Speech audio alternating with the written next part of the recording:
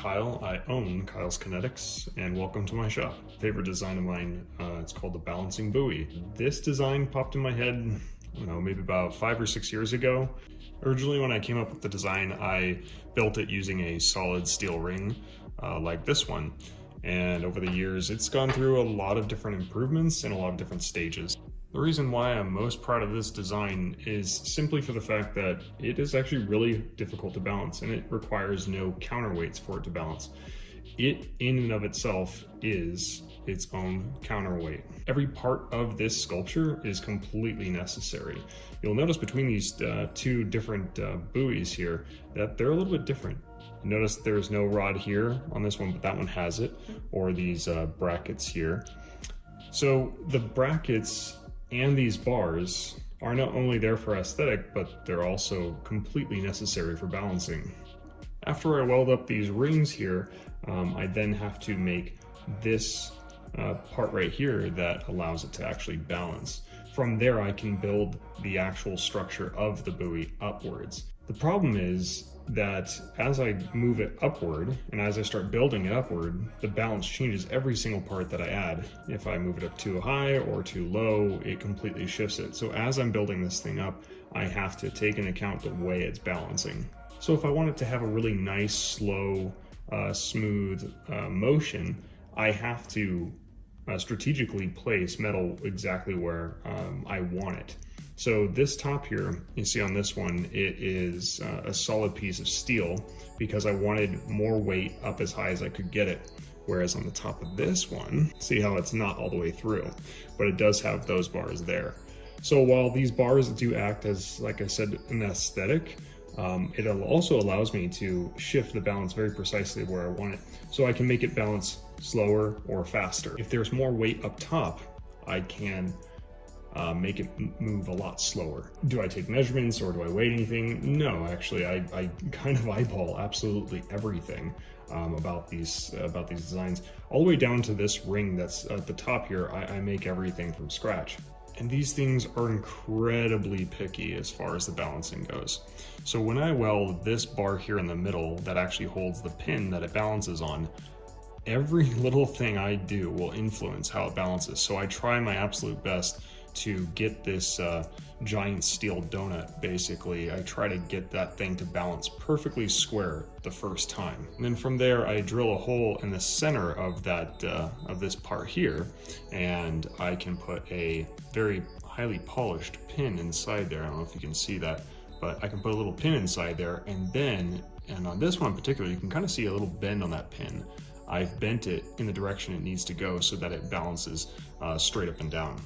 And this whole structure here is all eyeballed. So if you look straight down it, you can actually tell that it's not perfect. Bend and twist each of the tack welds down here at these points. I just kind of bend and twist it until it makes a somewhat good looking triangle. I've probably made a couple dozen different styles of this buoy, or at least different sizes. You'll notice this one is probably the latest one that I've made that I'm going to most likely stick with.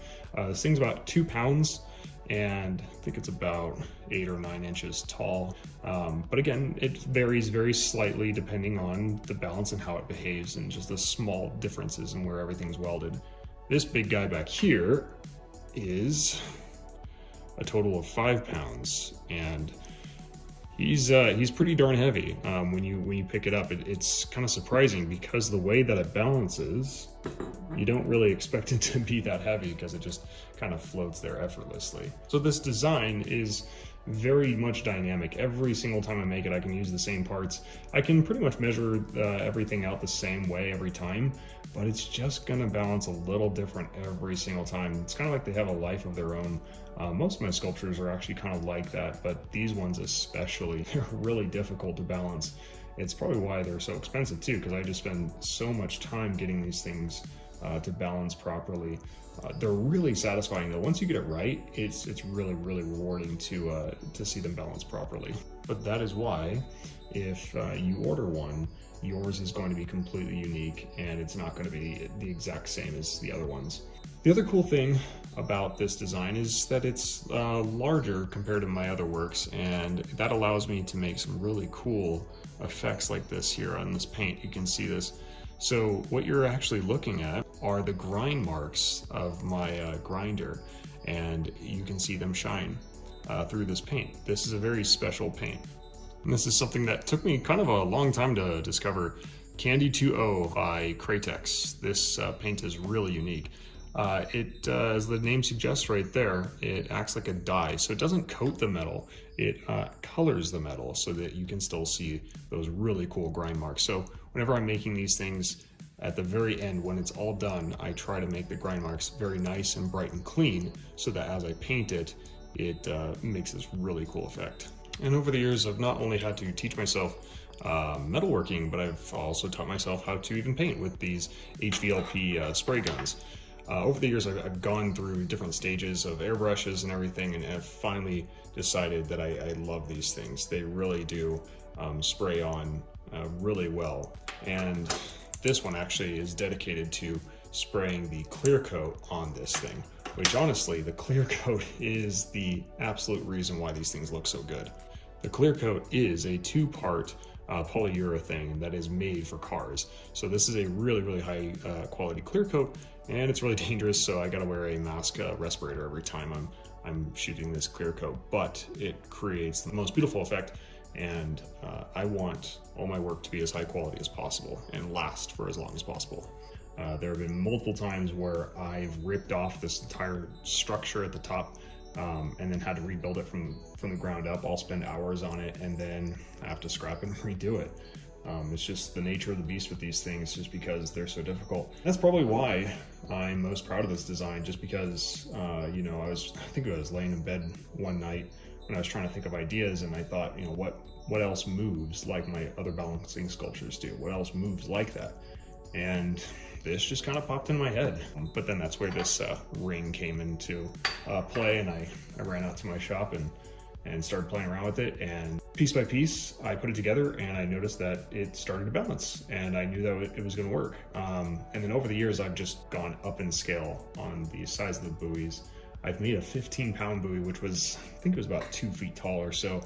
You had to lift it up with 2 hands and set it down, so that was really cool. I really like this size. It's, like I had mentioned, it's 2 pounds, and it's just a great size that it can show off the color. It has just a really good presence on a desk. It doesn't take up a whole lot of space. You can put it on the corner of any kind of desk. They're just cool. They're just kind of like this statement piece. The fact that it balances alone is kind of, it's attention grabbing, but it's also very pretty to see in person. Video just does not do these things justice one bit.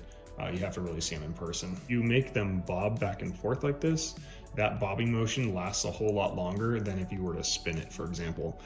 But they can do multiple things. So you can get this thing to spin, and you can see it'll tilt on an axis. There is a lip design into the pins of all my sculptures, so it's very safe and stable, but just be careful that it doesn't fall off.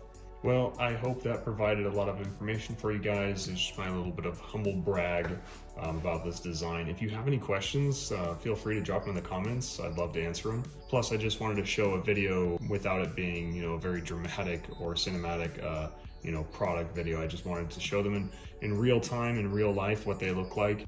I hope you all enjoyed. Thanks for watching.